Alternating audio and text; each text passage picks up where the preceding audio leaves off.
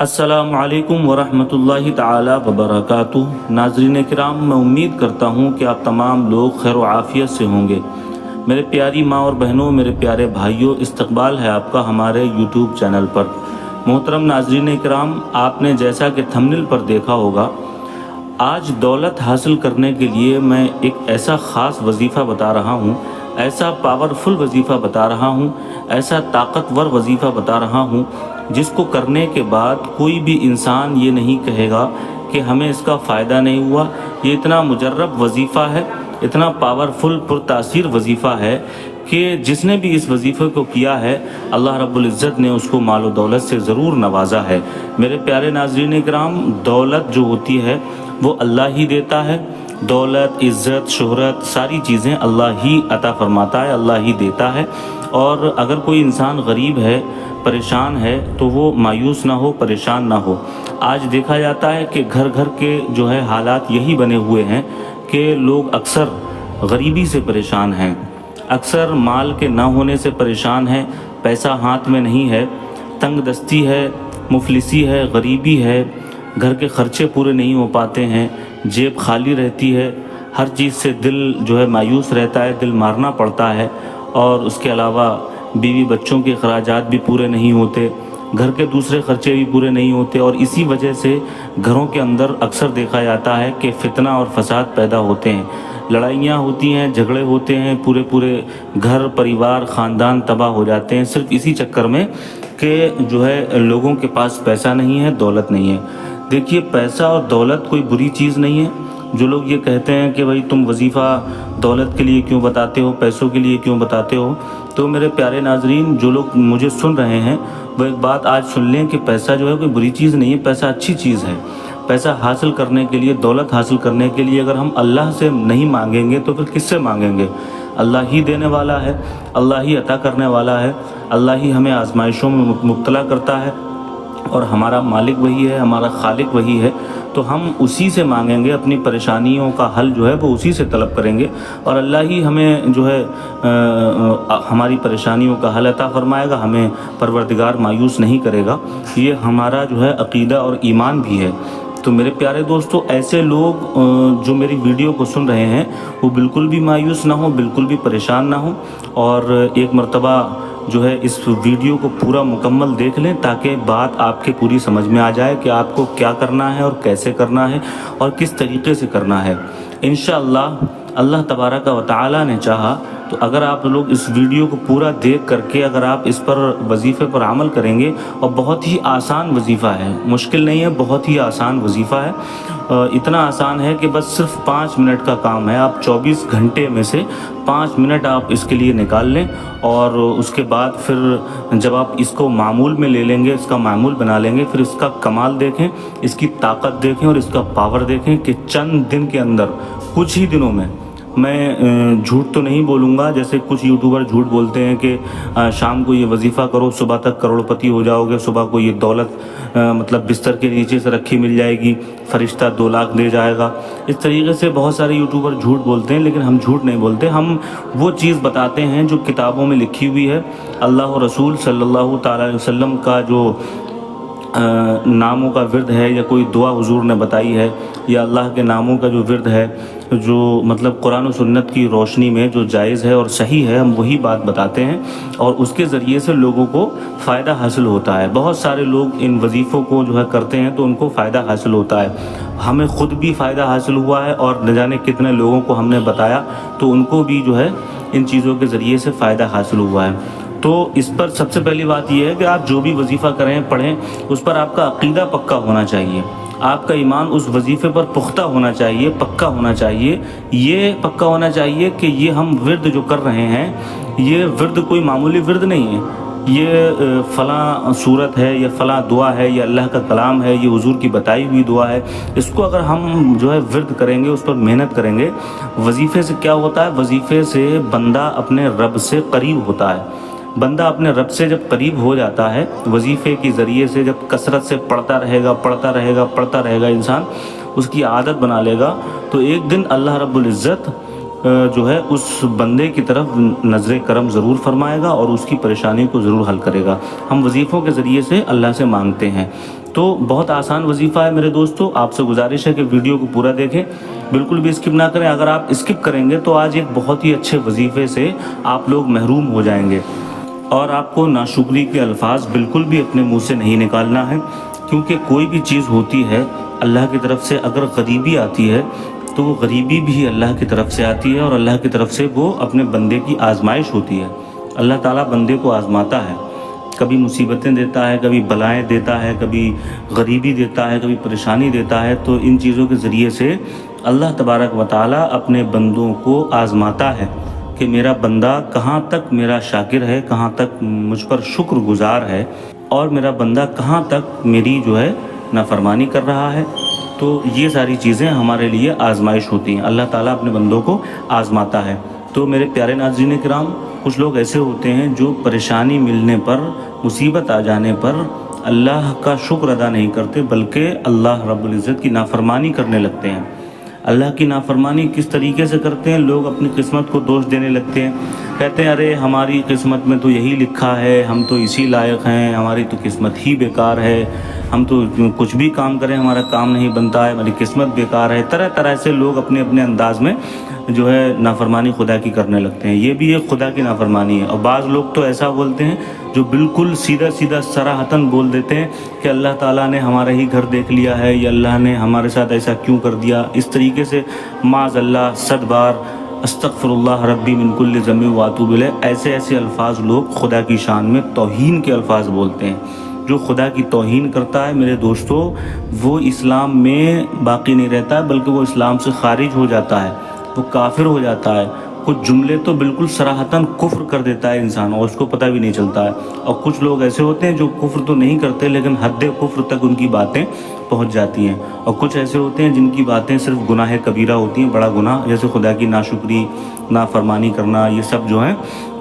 یہ گناہ کبیرہ میں آتا ہے۔ تو میرے دوستو، محترم ساتھیوں، آپ لوگوں کو ایسی کوئی باتیں نہیں کرنا ہے، اللہ رب العزت کی نافرمانی نہیں کرنا، ہر حال میں اللہ کا شکر ادا کرو۔ ہماری جب آزمائش ہے تو ہم آزمائش میں جو ہے ثابت قدم رہیں اور اللہ کا شکر ادا کریں۔ اللہ اگر پریشانی دے تو اس پریشانی پر بھی اللہ کا صبر ادا کریں، شکر ادا کریں۔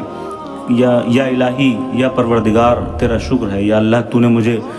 آنکھیں دی، یہ بھی تیرا شکر ہے، یا اللہ تو نے مجھے ہاتھ اور پیر دیے، یہ بھی تیرا شکر ہے، یا اللہ تو نے مجھے زبان دی، کان دیے، اور ذہن دیا، دماغ دیا، یہ بھی تیرا شکر ہے۔ تو یہ سب اللہ کا شکر ادا کرنے والی چیزیں ہیں، ان چیزوں کو لے کر جو ہے خدا کا شکر ادا کریں، اور اللہ تعالیٰ کے سامنے مایوسی کا اظہار نہ کریں۔ رب کی رحمت سے کبھی بھی مایوس نہیں ہونا چاہیے، اللہ اپنے بندوں کو کبھی بھی مایوس نہیں کرتا ہے، بلکہ اللہ سے دعا کریں کہ اللہ تعالیٰ آپ کی پریشانی کا جو ہے حل عطا فرما دے۔ اب آپ حضرات سن لیں کہ وظیفہ میں آپ کو کیا پڑھنا ہے اور کس طریقے سے پڑھنا ہے، وظیفہ کیسے کرنا ہے، اور کس جگہ پر کرنا ہے، کس وقت کرنا ہے، یہ ساری چیزیں تفصیل کے ساتھ میں آپ کو بتا رہا ہوں۔ آپ حضرات ذرا دھیان سے میری ساری باتوں کو سنیں۔ دیکھیے، آپ کو عروج ماہ میں، یعنی کہ مہینہ جب شروع ہوتا ہے تو مہینے بھی 2 طریقے کے ہیں، چاند کا مہینہ اور انگریزی کا مہینہ۔ تو انگریزی جو عیسوی کا جو مہینہ ہے اس سے آپ کو کوئی لینا دینا نہیں ہے، آپ کو وظیفہ جو کرنا ہے وہ چاند کے مہینے کے حساب سے کرنا ہے، اردو کی تاریخ کے حساب سے کرنا ہے۔ تو عروج ماہ میں آپ کو اس وظیفے کی شروعات کرنا ہے۔ عروج ماہ یعنی کہ مہینے کے شروع کے جو 15 دن ہوتے ہیں، چاند کے مہینے کی پہلی تاریخ سے لے کر 15 تاریخ تک جو یہ دن ہیں بیچ کے، یہ عروج ماہ کہلاتے ہیں، اور 15 سے لے کر آخری چاند ڈوبنے تک، آخر تک زوال ماہ کہلاتا ہے۔ تو آپ کو جو وظیفہ شروع کرنا ہے وہ عروج ماہ میں شروع کرنا ہے، یعنی کہ شروع کے 15 دنوں میں کسی بھی دن آپ حضرات شروع کر سکتے ہیں، پہلی تاریخ کو، 2 کو، 4 کو، 8 کو، 12 کو، 14 کو، 13 کو، کسی بھی دن آپ اس وظیفے کو شروع کر سکتے ہیں۔ اور جب آپ حضرات شروعات کریں وظیفے کی تو ایک چیز کا خاص خیال رکھیں کہ آپ کے اندر تقوی ہونا چاہیے، پرہیزگاری ہونا چاہیے، شریعت مصطفیٰ کی پابندی ہونا چاہیے، اور جو ہے گناہ کبیرہ، گناہ صغیرہ سے جو ہے بچتے ہونا چاہیے آپ کو، یہ لازمی ہے۔ یہ جو پرہیزگاری جو ہوتی ہے یہ وظیفے کے لیے لازم ہے۔ اگر آپ حضرات جو ہے اس انداز سے وظیفہ کریں گے کہ دن بھر جو ہے الٹے سیدھے کام کرتے گھوم رہے ہیں، نمازوں کی پابندی نہیں ہے، کوئی یہ چاہے کہ نماز بھی نہ پڑھتا ہو اور کیا کہتے ہیں گالیاں بکتا ہو اور دیگر برے کام کرتا ہو، زناخوری کرتا ہو یا دوسرے کام کرتا ہو، اور پھر وہ چاہے کہ میں جو ہے شام کو وظیفہ کر کے سو جاؤں اور جو ہے اللہ تعالیٰ میرا وظیفہ کامیاب کر دے گا، تو میرے دوستو وہ اس کا فضل ہے، وہ چاہے تو کر سکتا ہے کامیاب اور اس میں اثر پیدا کر سکتا ہے، لیکن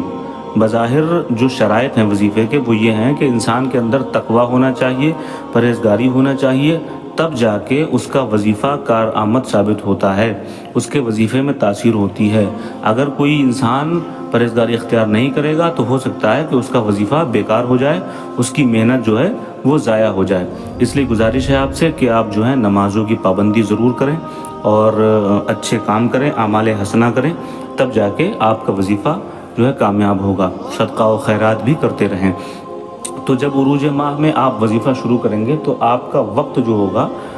2 ٹائم ہیں،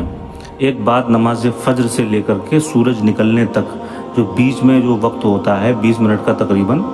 نماز فجر کے بعد سے لے کر سورج نکلنے تک جو 20 منٹ کا وقت ہوتا ہے، اس وقت میں یا تو آپ اس وظیفے کو پڑھ سکتے ہیں یا پھر آپ اس وظیفے کو بعد نماز عصر سے لے کر سورج ڈوبنے سے پہلے تک، اس ٹائم بھی تقریباً آدھے گھنٹے کے آس پاس وقت ملتا ہے، تو اس وقت میں جو ہے آپ حضرات کر سکتے ہیں، یا فجر کے بعد یا پھر عصر کے بعد، 2 ٹائم ہیں آپ کے وظیفہ کرنے کے۔ آپ 2 میں سے چوائس کر لیں، چاہے صبح میں کر لیں چاہے شام میں۔ ایسا نہیں ہوگا کہ کسی دن صبح میں کر لیا کسی دن شام میں کر لیا، ایسا نہیں، آپ کو ایک ہی وقت متعین کرنا ہوگا۔ اگر آپ کو صبح میں سکون ہے تو صبح میں کریں، ورنہ پھر شام میں کریں، تو روزانہ شام میں کریں، ٹھیک ہے؟ تو جب آپ یہ متعین کر لیں گے اس کے بعد جو ہے آپ کو کس طریقے سے پڑھنا ہے،